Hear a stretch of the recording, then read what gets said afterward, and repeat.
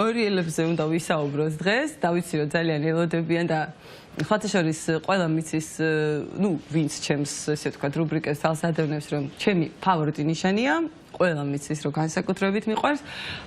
იცი რა არის, მე ვფიქრობ ესე რომ ყველა ზოდიაქოს ნიშანი მიყვარს, სიმართლე გითხრათ, იმიტომ რომ მე ადამიანები იმიტომ იქედან გავიქცევ. თავის მიზეზები აქვს მაგას. რა თქმა უნდა, ლომებიც კი უყვარს ესე მახსოვს. ლომები ძალიან მიყვარს კი, ნამდვილად და მერწყულები კიდევ, მაგრამ ადამიანი ვარ, ჩაულებრივად ჩემი შულდოსნები არ გიყვართ? აი, შულდოსნები ძალიან მიყვარს, ცეცხლის ნიშნები ზოგადად ძალიან მიყვარს, თუმცა მორიელებს ყოველთვის გამოვკვეთა რატომ?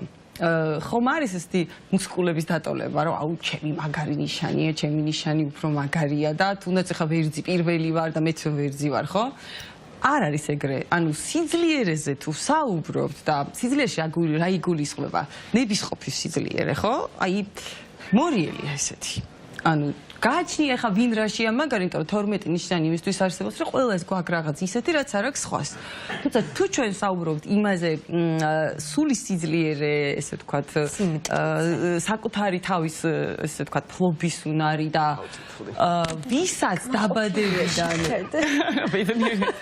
დაბადებიდან ეტყობა, რომ პიროვნებაა და ძალიან ბევრჯერ ვთქვამთ, რომ აი მორიელები, აი ჩვილობიდან ეტყობა, რომ არის პიროვნება. აი, ეტყობა, რომ პიროვნება. უკვე ბავშვები ხომ მაინც ცოტა ისეთი ტიპები არიან, ესე ვთქვათ, უსუსურები თითქოს. მორიელს ეტყობა, რომ ეს არ არის უსუსური. მორიელები იბადებიან ძალიან საინტერესო პრეისტორია აქვთ დაბადების. ეს არის ტრანსფორმაციის ნიშანი საერთოდ და ძალიან ხშირად, იშვიათად ნახავთ პრინციპში, რომ მის დაბადებამდე რაღაცა არ ხდებოდეს ოჯახში, რაღაცა ძალიან დიდი ტრანსფორმაცია მიდის ოჯახში, მოგეთ.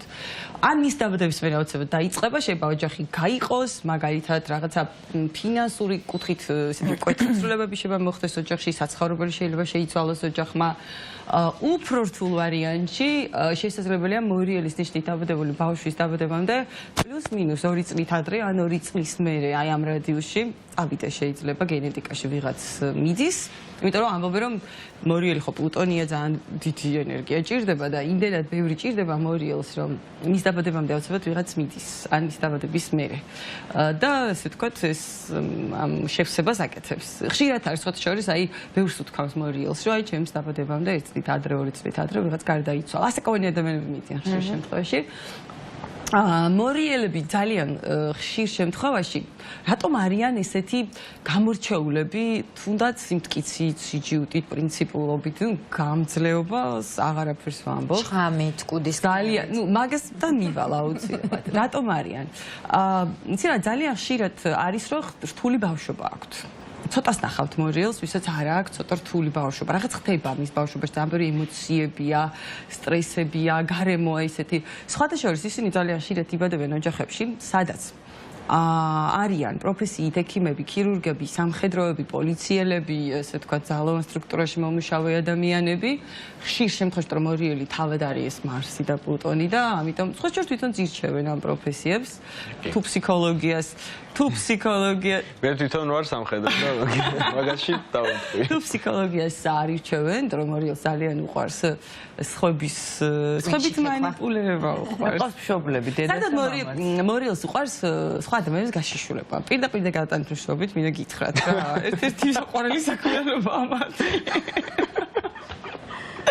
აქედან გამომდინარე, მოკეთ ესეთი ტიპები არიან, ანუ ძალიან იშვიათად ნახავთ თქვენ მორიელს, რომელიც როცა თუ კი თვალებში გიყურებთ, თუ ისე მოახერხეთ, რომ თვალებს არ უსწრებთ, საერთოდ არ უყვართ, როცა თვალებში არ უყურებენ, როცა თვითონ არ უყვარს თვალებში გიყურებთ.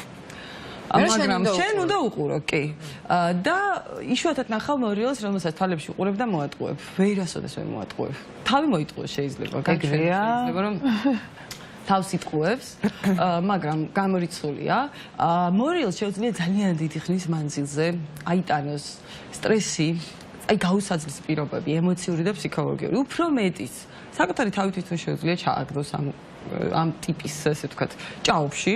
მიდრეკილიც არის მაგ. მიდრეკილია, კი. მიდრეკილია, იმიტომ რომ მორიელის პრინციპი, ნახეთ, არის პლუტონის პრინციპი, რაც იმას ნიშნავს, რომ ყველაზე ბრწყინვალე მარგალიტი არის ფსკერზე და ფსკერზე თუ არ ჩაყვინთე, მარგალიტს ვერ ამოიტან ისე ზემოთ და ნუ ფსკერი თუ არ ნახე, ვერასდროს ვერ გაიგებ რა მაგარია მზის შუქი. ამიტომ მორიელებს პერიოდულად ჩაყვინთვა ჭირდებათ, აი სირთულეები ჭირდებათ. ისინი სირთულეების გარეშე ბერძლებენ და შესაბამისად დამეთახო ალბათ ყველა ჩემი კოლეგა, რომ როდესაც ჩვენ პროგნოზებს ვაკეთებთ და ძალიან ფრთხილად ვეუბნებით ადამიანებს სრული პერიოდის შესახებ, მორიელებთან არ გვჭირდება ეს, იმიტომ რომ მორიელს სირთულები არ ეშინებს, იმიტომ რომ იცის რომ ყველა სირთულე იკვებება. იკვებება სირთულეები. ძალიან მოწყენილია, ანუ თუ მას არ აქვს გამოწვევები, ისეთ გარემოში იზრდება, სადაც რაღაცა ყველაფრით უზრუნველყოფილია, ну შეიძლება ხდება სხვათა შორის, იმიტომ რომ მომავალში მე არ ეშინებს სირთულეები, იმიტომ რომ ბავშვობა ხშირად ძალიან რთული აქვთ, აი სულ რაღაცები ხდება მათ ბავშვობაში და ხშირად ხდება სხვათა შორის არ ყავთ мама, ხშირად ხდება, იმიტომ რომ მზე მორიელში სუსტია და ხშირია რომ არ ყავთ мама, ან мама არის პროტესტის საგანი, არ არის მიბაძვის ობიექტი. და ამიტომ საკუთარ გზას იკვალავენ, რომ აი დაამტკიცონ, რომ ნუ პრინციპში მორიელი ყოველთვის ამტკიცებს, ესე ვთქვათ, რომ გამარჯვებულია, მაგათი პრინციპი არის ესეთი თავარია მოიგო ომი, შეგიძლიათ წააგო ბრძოლა. ანუ მოთმინების უნარი აქვთ, დიდი ხნით შეუძლიათ მოითმინონ. ანუ უფრო დიდ სურათს აქცევენ ყურადღებას ვიდრე პატარ-პატარა. იცვლება, ну არსებობს ესეთი ჰიპოთეტური ალბათობა, რომ დავით აღმაშენებელი, რომელსაც აინტერესებდა ასტროლოგია ძალიან, ამბობენ, რომ ვერძო უშვებდა ბრძოლის წინა ფლანგზე, იმიტომ რომ ვერძი არის მოკლე მანძილზე მორბენალი და თუ კი გინდა რომ უცებ აიღოს ეს წინააღმდეგობა, უნდა გაუშვა ვერძი. თავით შეასკდება და ნებისმიერ წინააღმდეგობას ჩამოანგრეს. სტრატეგად ნიშნავდა მორიელს, და მორიელი არის გენერალი, შეიძლება ითქვას. ანუ მორიელი პირდაპირ მეომარი არის, მორიელი არის სტრატეგი, მეომარი ვერძია, ის ვინც იარაღით იბრძვის და ადრე თუ გვიან ყველა მორიელი, ну თუ სამხედროა, მაინც ესე ვთქვათ და ძალიან ბევრ ცნობილ ესე ვთქვათ ძალოვან ადამიანს შეხვდებით მორიელებს შორის, ანუ ვიც აი კულისებს მიღმა უნდა მართოს სიტუაცია, იმიტომ რომ მორიელს ურჩევნია დაგეგმოს ესე ვთქვათ პრინციპები, როგორ იომონ ადამიანებმა, იმიტომ რომ მას ძალიან უყვარს ეს მარიონეტებით ადამიანებით თამაში, კარგი გაგებით. მაყოფილი ზის წერეთელი ხმასაც არიღებს საერთოდ. არც ნეტარება მე ჯერთი სიმაღლეში მიყვარს მორიელები და ეგოთი გავიბერე. და რატომ თანახი ყოველ საინტერესო იცით რა არის? მორიელებს არ უყვართ გადაბეტებული ქება, რო იცოდეთ. ნამდვილად. მარიან აი ლომი მაგალითად აი ლამაზი სვიტერიც რო შეუქოთ, აი შენია, ბედნიერი და ნიშლები. და მორიელს თუ კი არ გიცნობს კარგად და აქებ. რატომ ეუნება მაგას თუ მაინტერესებს ვიღაც რა კარგს გეუნებენ, რატომ მაგის უკან რა არის მაგის უკან? რომ მორიელები ზუსტად ამიტომ მომწონს ურთიერთობაში. ყოველთვის უნდა იცოდეთ მათთან, როდესაც შედიხართ კომუნიკაციაში, თქვენი საზღვრები. იმიტომ რომ თუ თქვენ საზღვრებს მოუშლით, ეს არის სხვისი რესურსის მიმთვისებელი ნიშანი. და გითხრათ, პრიკვენერად ყოველ შენ არ იცავენ საზღვრებს. ვერ გაუძლებს თუნებას, რომ ესე ვთქვათ, რაღაც შენი არ მიითვისოს და ან მორიელი აღიარებს შურისძიებას, ანუ მისთვის ეს ძალიან ჩვეულებრივი ამბავი და ძალიან ცოტა მორიელს ნახავთ, რომელიც წყენას არ იმახსოვრებს. ოღონდ აი მე რა მომწონს იცით ამ ხალხის, თუ კუძზე ფეხი გამიზნულად არ დააბიჯე, გაზრებულად არ აწყენინე, არ იქნება შენი მტერი. ანუ პრინციპი არის მათი ესეთი, ნახეთ, სიკეთეს უკეთებ, არ დაგრჩება ვალში. არასოდეს. ბოროტებას უკეთებ, იგივეთი გადაგიხდის. ანუ ზუსტად ერთი და იგივე მონეტით უყვარს, ესე ვთქვათ, საფასურის გადახდა. და ამიტომ ვთვლი რომ ხო, მორიელები არიან, აი კარგიან ადამიანებს რო ეძახიან, ხო იცით, აი ეს ტიპაჟები არიან. პლუს იცი არ არიან გათქვეფილები. ძალიან არასოციალური ხალხია. ну ძირითადად შემთხვევაში სოციალურ ქსელში ნებისმიერ მორიელს, თუ კლასიკური მორიელია, ყველაფერი დახურული აქვს. რაღაც კონკრეტული თითქმის ადამიანების არეალი აქვს, ვისთანაც უნდათ ურთიერთობა. ოღონდ ნახეთ, მის შესახებ ვერაფერს გაიგებთ, მაგრამ სხვების შესახებ ყველაფერი იცის. იმიტომ რომ ისინი ყველაფერს აკვირდებიან, ხშირად უკეთიათ მუქი ფერის სათვალეები, რატომ იცით? სათვალეები უყვართ არა. უნდა დააკვირდნენ სიტუაციებს. და შენ ვერ ხედავდე სად შენ უყურება? ვერ ხედავდე, კი, თვალებში ვერ უნდა უყურებდა, იმიტომ რომ ეს მათთვის ესე ვთქვათ მნიშვნელოვანია. საერთოდ ყველაფერზე დაკვირვება უყვართ და ურთიერთობაშიც საერთოდ იცით როგორი ხალხია, როგორც წესი, ესე როგორც ხა მშვილდოსანი მოვა და ენერგიულად ჩამოგართვებს ხელს და გაგეცნობა. და ეგრევე დაგიმეგობრდება და ამისადმე დაგპატიჟებს, მხარზე ხელს მოგიტყაფნებს.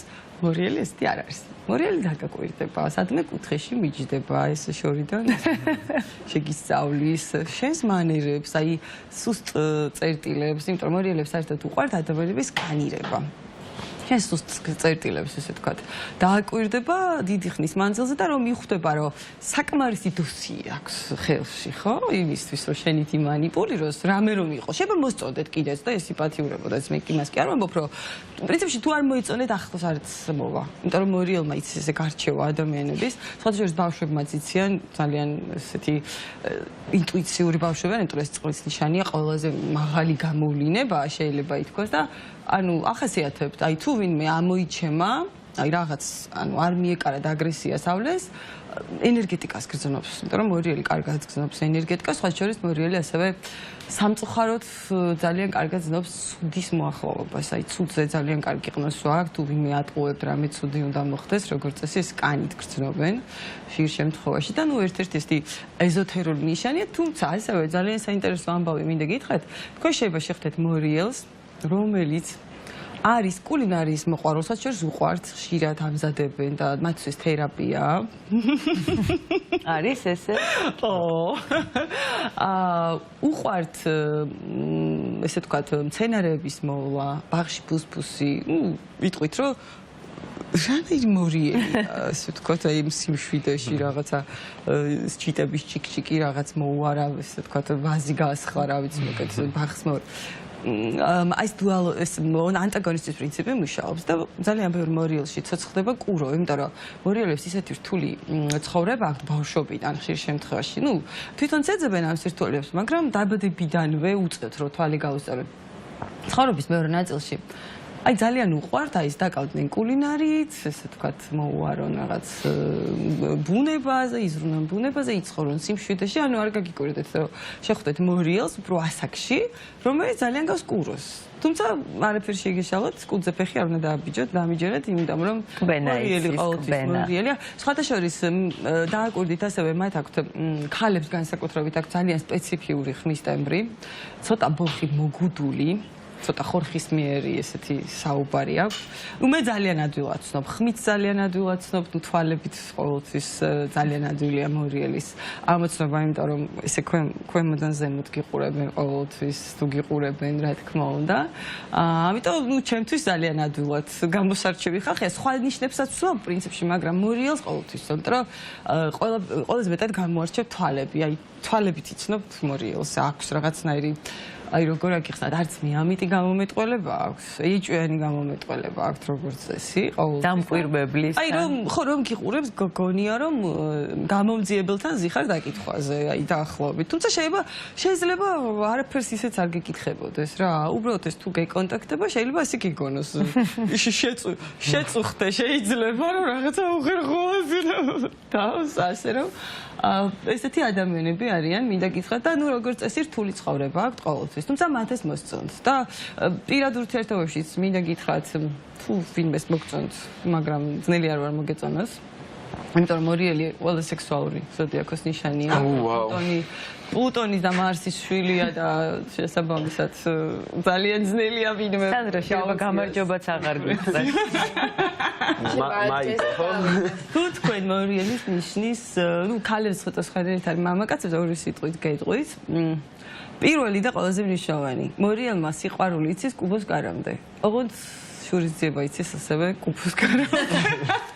ისეც რომ იგაცილებს ჩამოყვებას. ოღონდ მე მინახავს რეალური მაგალითი ქალბატონის, ქალის მორიელის, რომელსაც ის მეუღლე ისე უყვარდა, რომ როდესაც ჩვენ შევხვდით ის დიდი ხნის გარდაცვლილი იყო და უთხარი კიდევ გეყოლება შენ რაღაცა სერიოზულად შეურაცხყოფილად იგრძნო თავი. ის იმდენად კარგი მყავდა იმსახურებს ერთგულებას. ანუ აქვთ ეს, ნამდვილად აქვთ. ამიტომ ვცემ კიდევ პატივს, იცი? ისე რა ხალხი არ არის, მივხვდით? ანუ არაფერი არ შეუძლიათ ისე რა, ანუ მაქსიმალისტები არიან. თუ მტერია, თუ უყვარ ხარ, მაგას გავიდროშე რამდენი გადაცემა მტერს მტრულად უნდა მოექცე და კი ბატონო, ნუ ცოტა უხასიათო ხალხია, ერთჯერ ქვეშ თუ ცხოვრობთ მათთან, ცოტა მძიმე. ცოტა ეჭვიანი, ენამწარე. ენამწარე. სამართებელი, ესე თქვა უჭრით ენა და მაგრამ თუ შეგაქოთ, იცოდეთ, რომ არასოდეს ფამილიარული არ არის და თუ გაგაკრიტიკათ, კი ძალიან მწარეა. მაგრამ თქვენთვისვე კარგია, მინდა გიეცხრათ, ასე რომ სანდრო.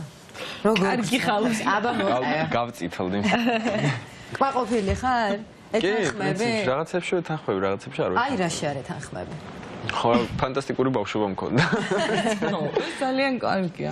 ხო, ეგ ცოტა არ არის აუცილებელი. აუცილებელი სირთულეებს რა პრობლემაა. ხო, ანუ ზოგადად ბევრი კომპლიმენტების ლაპარაკი არ მიყვარს მართალია, იმიტომ რომ როცა ვამბობ, მთელი გულით ვამბობ და კრიტიკულადაც ვთვლი, რომ მეგობრ, ანუ უცხო ადამიანის გაკრიტიკება არ არის ჩემი საქმე, მაგრამ მეგობრებს როცა ვაკრიტიკებ, მთელი გულით ვაკრიტიკებ, იმიტომ რომ მინდა რომ უკეთესები გახდნენ, რასაც ვთვლი, რომ არ არიან სწორები. შემოლაწუნებას გავს. კი, მე ჩემი გამოცდილებიდან ჩემი აზრით მეგობრები მაგისთვის არიან, რომ შემოგილაწუნო. ბენა. მათ შორის, რა თქმა უნდა. მაგზე შეგვიძლია ვიკამაცოთ, იმიტომ რომ ადამიანები მხოლოდ კრიტიკით არ იცვლებიან. მათ შორის თქო ერთ-ერთი ფაქტორია მაგას ვამბობ. მე მინდა მოვიკითხო ყველა ჩემი მორიელი მეგობარი, რომლებიც მართლა ყველა ეკას განსაკუთრებული სიყვარული აქვს, ჩემი არ იყოს მორიელების მიმართ. კიდე ზოგჯერ მართლა ყოფილა შემთხვევები, რომ მეც ხანდახან ვცნობ ხოლმე, აი თუ კარგად ვიცნობ და არ ვიცი ზოდიაქოთი რა არის, მეც გამომიცნია რა. თან როგორი კარგი მეგობრები არიან, ცეცხლში გაივლის შენს. კი, თუ მიგიღო. აი, ნამდვილად. ერთგულები. მოკლედ, ძალიან დიდი მადლობა. მე უნდა გავაანალიზო ხა ეს ყველაფერი რეკლამაზე ჩემთან. როგორ გადავალაგო ცხოვრებაში. ძალიან დიდი მადლობა სოფია შენ.